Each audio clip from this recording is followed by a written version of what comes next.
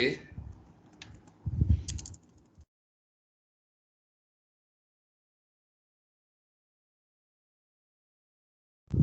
Theory રમતનો સિદ્ધાંત.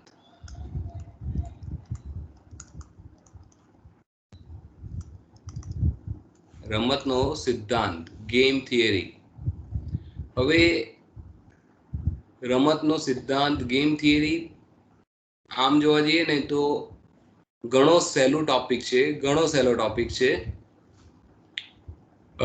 એક નાનકડો એક્ઝામ્પલ થ્રુ આપણે સમજીએ. આપણા સિલેબસમાં જે છે ને એ બહુ લિમિટેડ છે, એટલા માટે આ સહેલો ટોપિક થઈ જાય છે આપણા સિલેબસના હિસાબે. ધારો કે બે વ્યક્તિ છે, એ અને બી. હવે આ વ્યક્તિ એ જે છે એ અને બી કોઈ પણ હોઈ શકે. લાઈક કોઈ બે ઇન્ડિવિડ્યુઅલ વ્યક્તિ પણ હોઈ શકે, બે ગ્રુપ પણ હોઈ શકે, બે ઇન્ડસ્ટ્રી પણ હોઈ શકે, બે કંપની હોઈ શકે, બે ટીમ હોઈ શકે, બે સ્ટેટ હોઈ શકે, અથવા તો બે કન્ટ્રી પણ હોઈ શકે. લાઈક અત્યારે જે મેચ ચાલે છે એની વાત કરીએ તો ઇન્ડિયા અને ઇંગ્લેન્ડ, તો આ બે કન્ટ્રી થઈ. હવે આ જ એ અને બી બે ઇન્ડસ્ટ્રી પણ હોઈ શકે. ધારો કે જીઓ અને એરટેલ, આ બે કંપની છે, જીઓ અને એરટેલ. આ બે કોઈ પર્ટિક્યુલર ગ્રુપ પણ હોઈ શકે કે ગ્રુપ એ અને ગ્રુપ બી, જે બંને વચ્ચે કોઈક એક ટાઈપની સિચ્યુએશન થવાની છે, બંને એકબીજાની જોડે રિલેટ કરે છે, ડિપેન્ડન્ટ છે. હવે જે આને આપણે કહીશું પ્લેયર એ અને આ પ્લેયર બી. હવે પ્લેયર એ અને બી એ કોઈ પણ હોઈ શકે. એ બે વ્યક્તિ પણ હોઈ શકે, બે કન્ટ્રી હોઈ શકે, બે ટીમ હોઈ શકે, જે આપણે કીધું એ પ્રમાણે. પણ પ્લેયર આપણે એને કહીશું પ્લેયર એ અને પ્લેયર બી. પ્લેયર એ જે છે ને એની જોડે માની લો કે બહુ જ બધા ઓપ્શન્સ અવેલેબલ છે, જેને આપણે સંકેતમાં લખીશું A1 A2 A3 up to AM. બહુ જ બધા ઓપ્શન્સ અવેલેબલ છે કે આ વસ્તુ કરી શકે, આ વસ્તુ કરી શકે, આ વસ્તુ કરી શકે, એવા બહુ જ બધા ઓપ્શન અવેલેબલ છે. પ્લેયર બી જે છે ને એની જોડે પણ બહુ જ બધા ઓપ્શન્સ અવેલેબલ છે.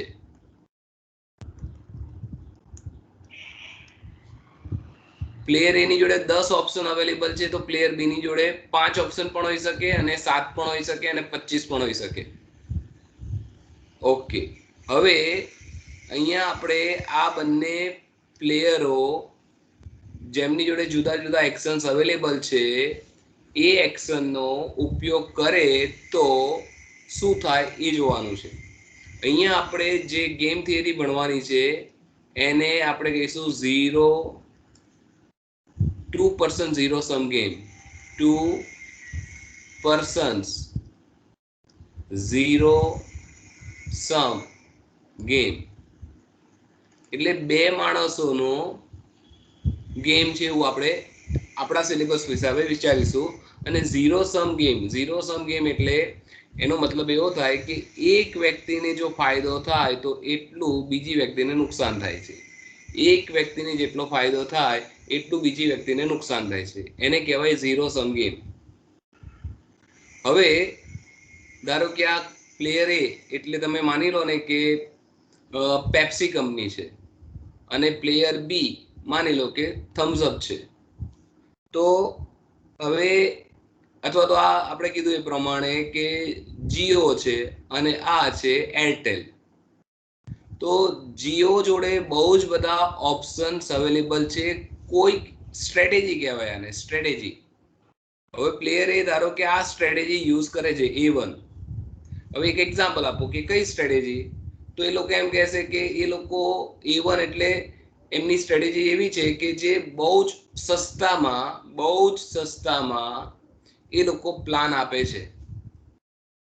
બહુ જ સસ્તામાં એ લોકો ઇન્ટરનેટના પ્લાન આપે છે. હવે આ બી જે છે ને એની જોડે આ B1 સ્ટ્રેટેજી છે ને એ એવું વિચારે છે કે અમે B1 એટલે બહુ જ બધી એડવર્ટાઇઝમેન્ટ કરીશું. એટલે એરટેલ બહુ જ બધી એડવર્ટાઇઝમેન્ટ કરવાનું B1 માં વિચારે છે અને પ્લેયર એ સસ્તા પ્લાન આપવાનું વિચારે છે.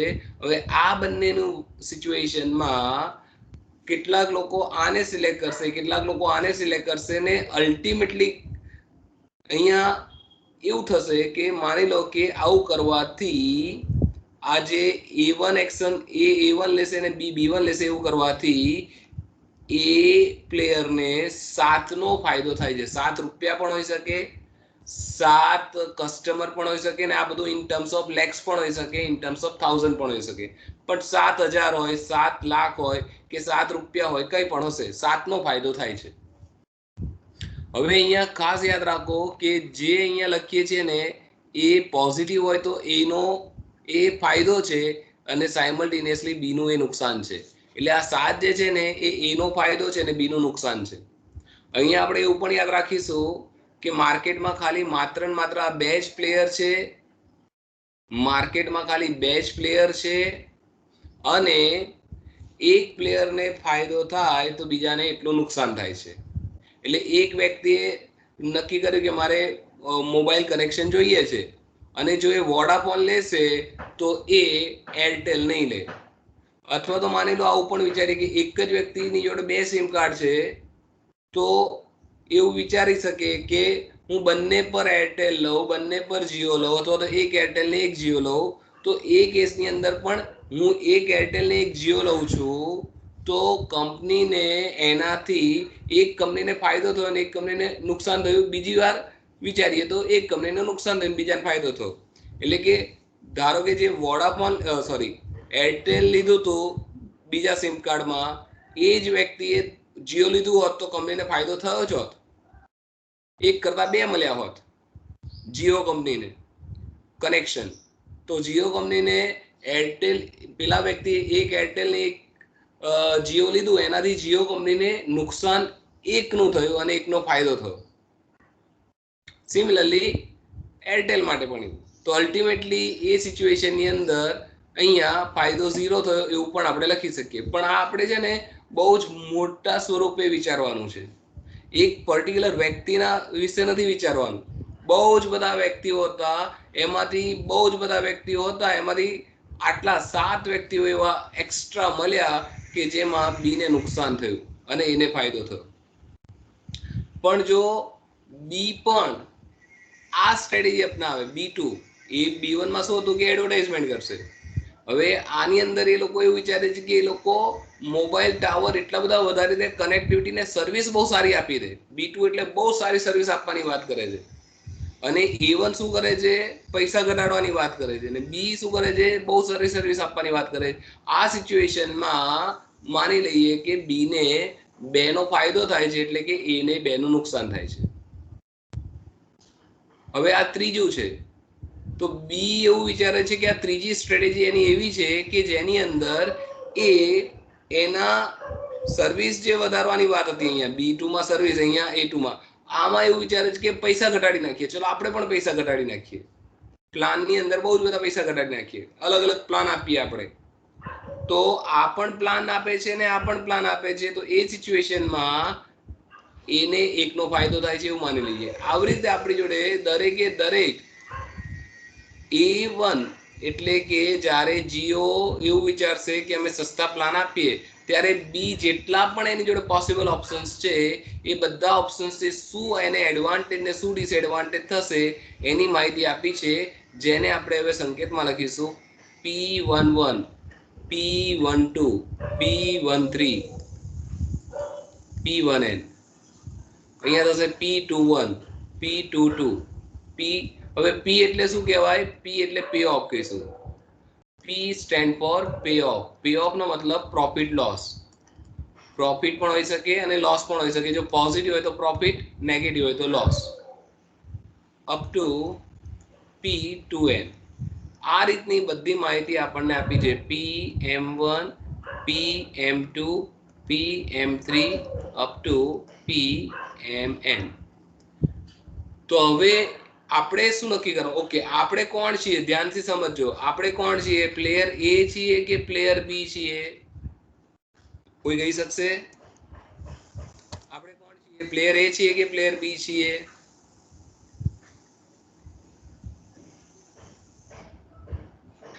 કન્ઝ્યુમર.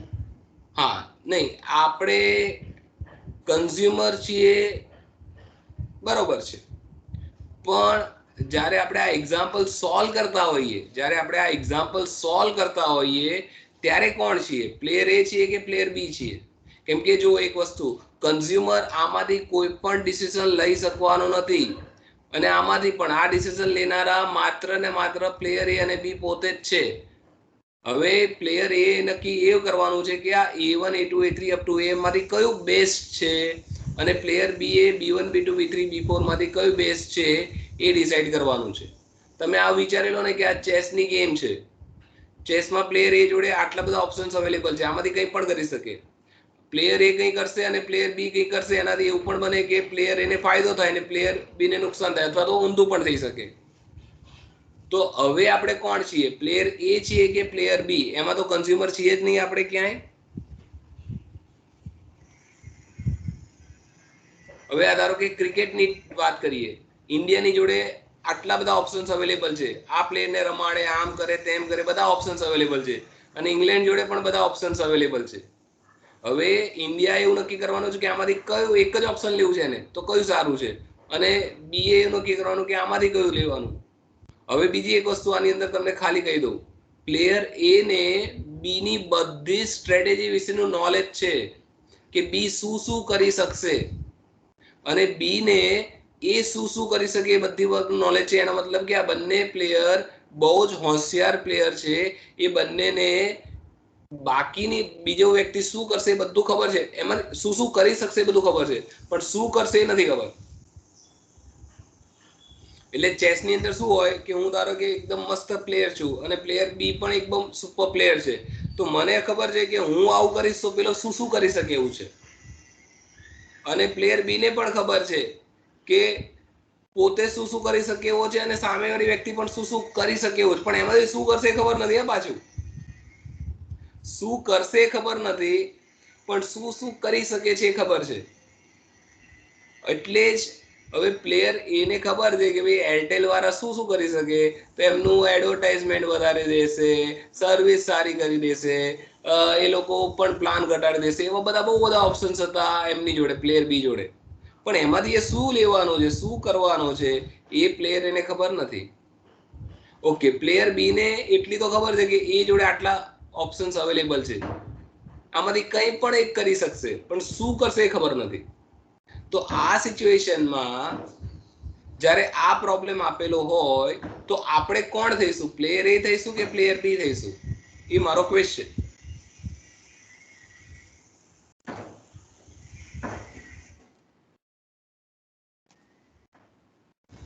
બોલો, આપણે કોણ બનીશું? પ્લેયર એ કે પ્લેયર બી?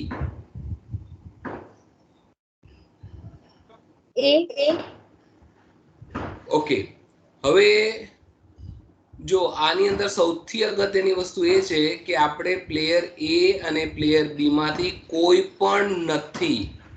આપણે સમજવાનું છે કે પ્લેયર એ માટે કયું બેસ્ટ છે અને પ્લેયર બી માટે કયું બેસ્ટ છે. બંને પ્લેયર આપણે જ છે એવું માની લો, અથવા તો આપણે બેમાંથી એક પણ નથી એવું માની લો, અને આપણે એવું નક્કી કરો કે એ માટે સૌથી સારામાં સારું કયું છે અને બી માટે સૌથી સારામાં સારું કયું છે.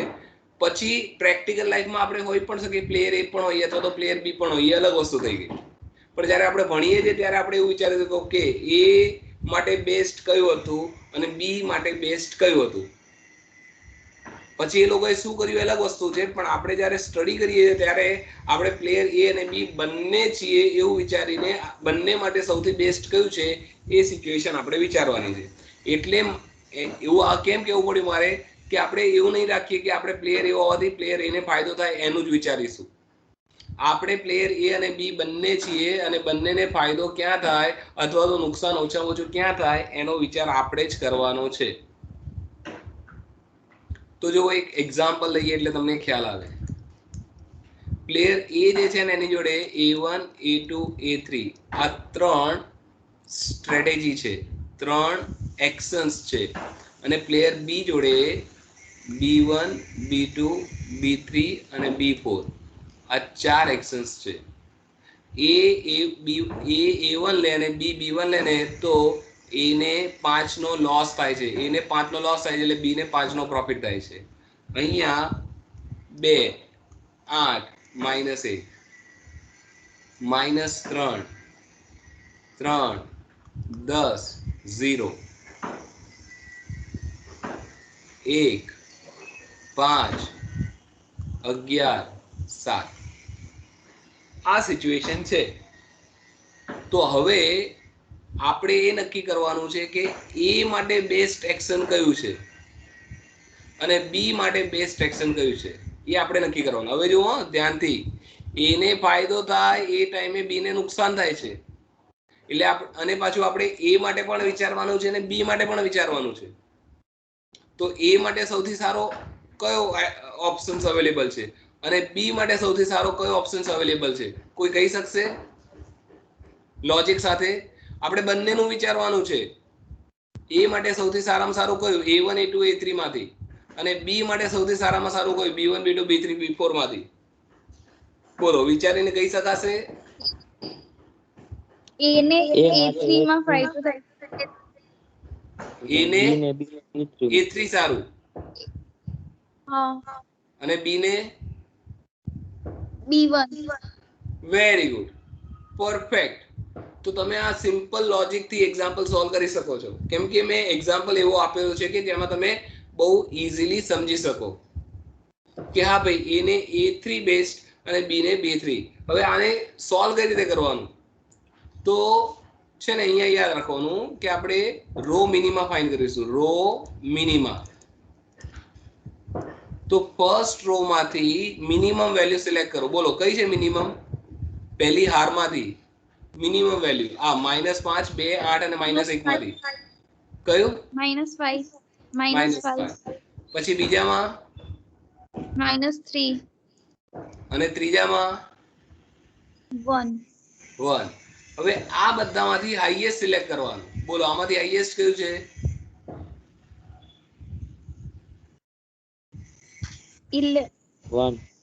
આ ત્રણમાંથી -5 -3 અને 1 આમાંથી હાઈએસ્ટ 1. એટલે આપણે લખીશું મેક્સિમમ ઇન રો મિનિમા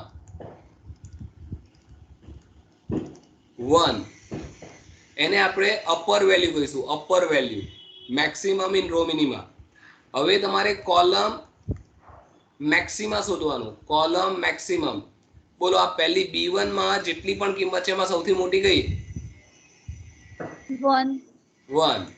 પછી આમાં 5. પછી 11 અને 7. આમાંથી મિનિમમ શોધવાની, મિનિમમ ઇન કોલમ મેક્સિમા. બોલો કઈ છે? કોલમ મેક્સિમમ ની 4 વેલ્યુ છે, 1 5 11 7. એમાં મિનિમમ કઈ? 1. એને આપણે લોઅર વેલ્યુ કહીશું. હવે જો આ બંને સરખી હોય,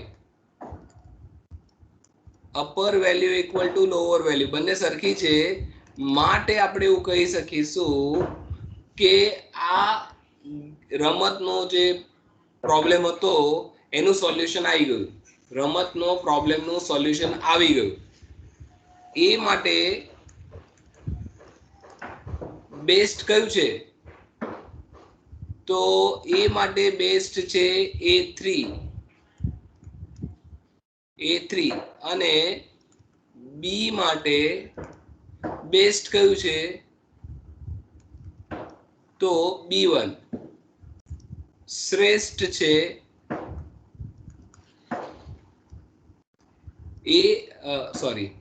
એ માટે એટલે આપણે એવું પણ કહી શકીશું કે પ્લેયર A3 અને પ્લેયર B1 ને પસંદ કરશે. અથવા તો તે બંને માટે શ્રેષ્ઠ છે એમ કહેવાશે. તો એ માટે A3 બેસ્ટ, બી માટે B1 બેસ્ટ અને રમતની કિંમત જે આ બંનેને સરખી કિંમત આવી છે એ 1 થશે, એટલે વેલ્યુ ઓફ ધ ગેમ કહેવાય. હવે આ એક્ઝામ્પલ બહુ સહેલો હતો એટલે તમે ઓરલી આન્સર આપી શક્યા. કેટલીક વેરી ઓરલી આન્સર આપવો અઘરો પડતો હોય છે. જોઈએ તમે આમાં ઓરલી આન્સર આપી શકો છો કે નહીં. ફરી પાછો આપણે કિંમતો બદલી નાખીએ છીએ.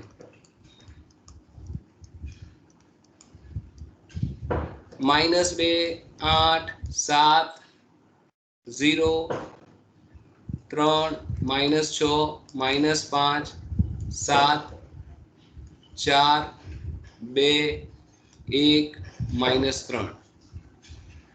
હવે કહો કે કયા પ્લેયર માટે કયું વધારે સારું છે? એ માટે કયું વધારે સારું હશે? ડાયરેક્ટ કશું જ કેલ્ક્યુલેશન કર્યા વગર કહી શકશો વિચારીને? A1 અને બી માટે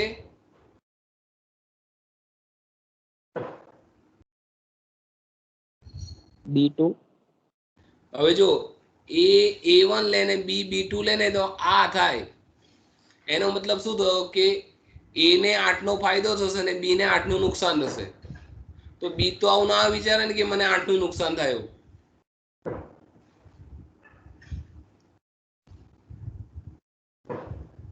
એટલે આ એક્ઝામ્પલ જે ડાયરેક્ટ તમે એની પહેલાનો એક્ઝામ્પલ સિમ્પલ રીતે સોલ્વ કર્યો હતો ને એ રીતે નહીં થાય.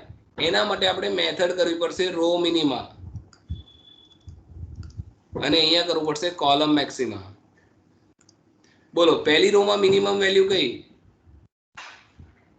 -2 બીજી રો માં -6 અને ત્રીજામાં -3. આ ત્રણમાંથી મોટા મોટી કિંમત કઈ? 4 આ ત્રણમાંથી -2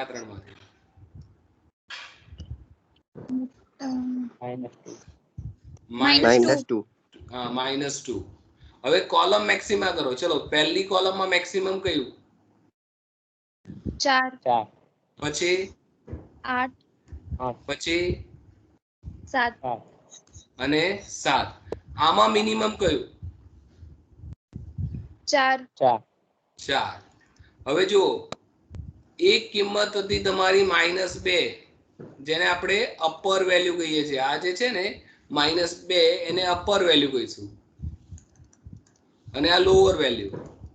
તો અહીંયા લોઅર વેલ્યુ અને અપર વેલ્યુ સેમ છે કહો તો? ના સર નથી.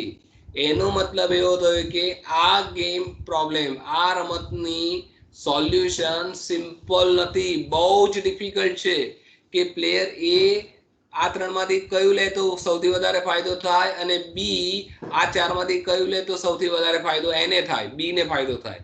તો આ એક્ઝામ્પલ સોલ્વ કરવો બહુ જ ડિફિકલ્ટ ક્વેશ્ચનમાં આવે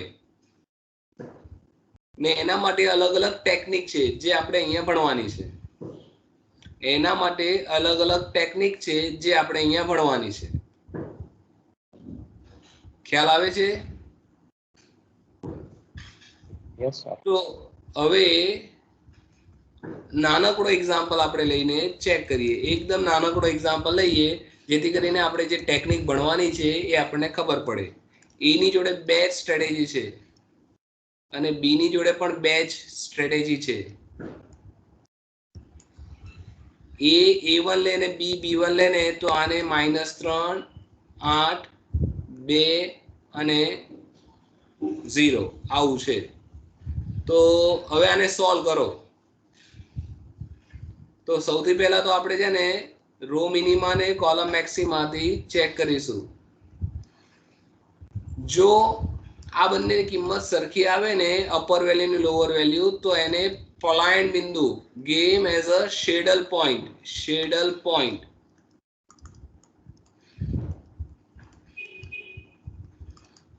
પલાયન બિંદુ, રમતમાં પલાયન બિંદુ છે એવું કહેવાય.